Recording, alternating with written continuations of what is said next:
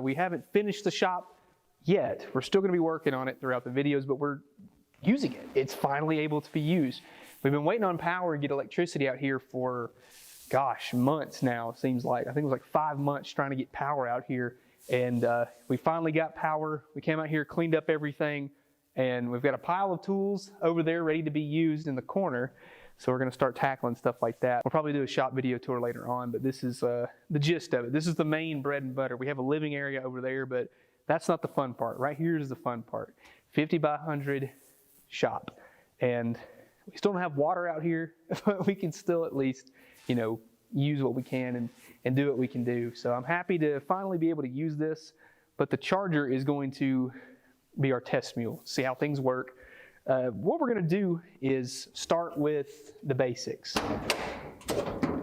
And by basics, I mean go back to square one. Now this engine is a 440 out of a motorhome. It's a low mile engine. I think it had like 50-something thousand on it. And it was a good running engine, had great compression, no blow by. But I don't think it's the engine's fault. I think something's wrong with the transmission. I had it rebuilt, but I don't know if it's something in the converter, something I did when I put it together, but I don't know. The transmission is like it's constantly slipping, so you can't ever fully like get the max potential of the transmission and the engine itself, because you know you'll be driving and like if you want to from a dead stop, you just lay on it and spin the tires, you can't. It won't. It'll just go bleh, and then bog and then finally just take off like a normal car. It takes off at the same rate of speed whether you're driving normal or if you have it to the floor. I don't know why, I don't understand it, but unfortunately the car just was not what I wanted it to be. It's overly complicated. The power brakes don't work. The disc brakes, they're kind of iffy, but you mash, I mean, it's like, I think it's probably a lot of the reason is because it doesn't have enough vacuum because of the stupid lumpy cam that I thought would be cool in it. The biggest accomplishments I want to tackle is engine and transmission replaced, suspension replaced, brakes replaced.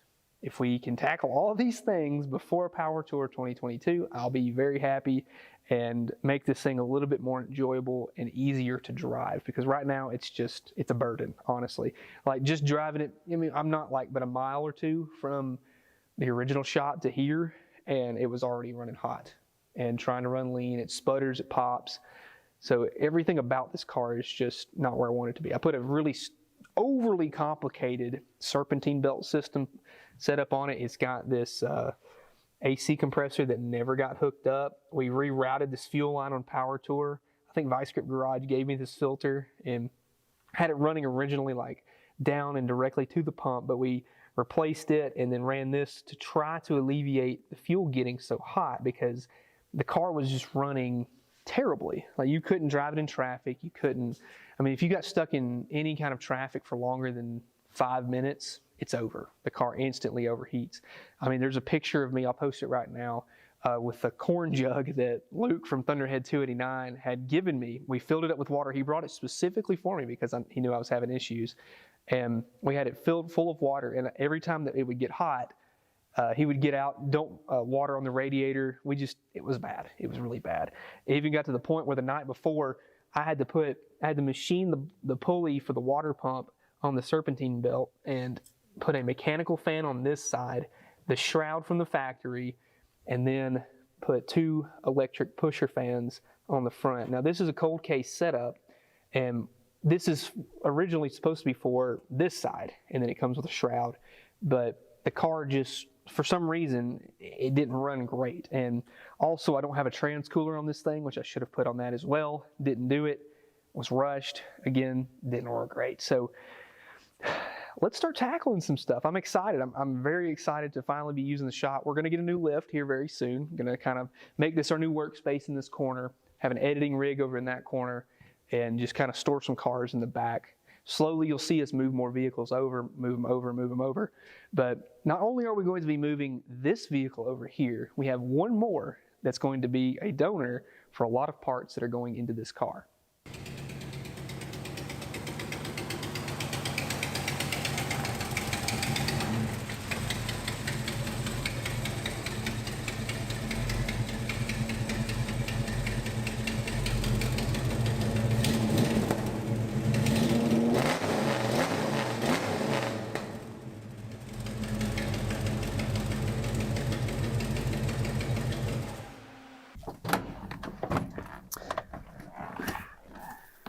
here's the solution to all of the Charger's problems. Now, you haven't seen this car on the channel before, and if you follow me on Instagram, then you have seen it, but this is probably the first time you have seen an actual video on it. I did make a video before in the past, taking this thing to a drag strip and actually racing it, but I just wasn't happy with the ending, so I never posted it. I needed it to be a better video for you guys. But this is a 1978 Chrysler Cordoba. It's a little bit more than what meets the eye, believe it or not.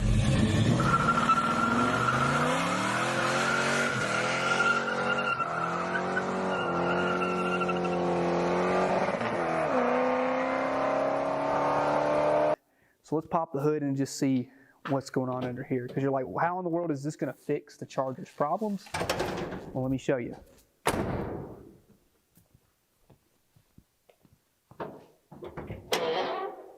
Under the hood, we have a stock bottom end 400, but the good thing about this car is it's had a lot of performance and speed parts thrown at it, and it's just a solid all-around combination. So what we have here is basic.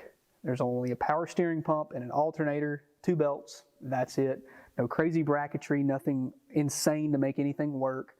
We have Comp XE268 cam, an Edelbrock Performer RPM intake, 440 source aluminum heads, long tube headers, and just a lot of good stuff under the hood, including that PowerMaster alternator, a giant radiator, which, you know, this will stay with the car because that's what it fits. But we have a lot of great things. I mean, this thing even had MSD on it, and this thing was capable. Literally, watch this.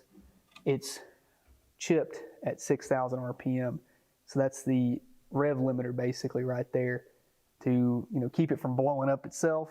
And I'm going to tell you right now, I've bumped that rev limiter a few times, and it just pulls all the way to 6,000 RPM.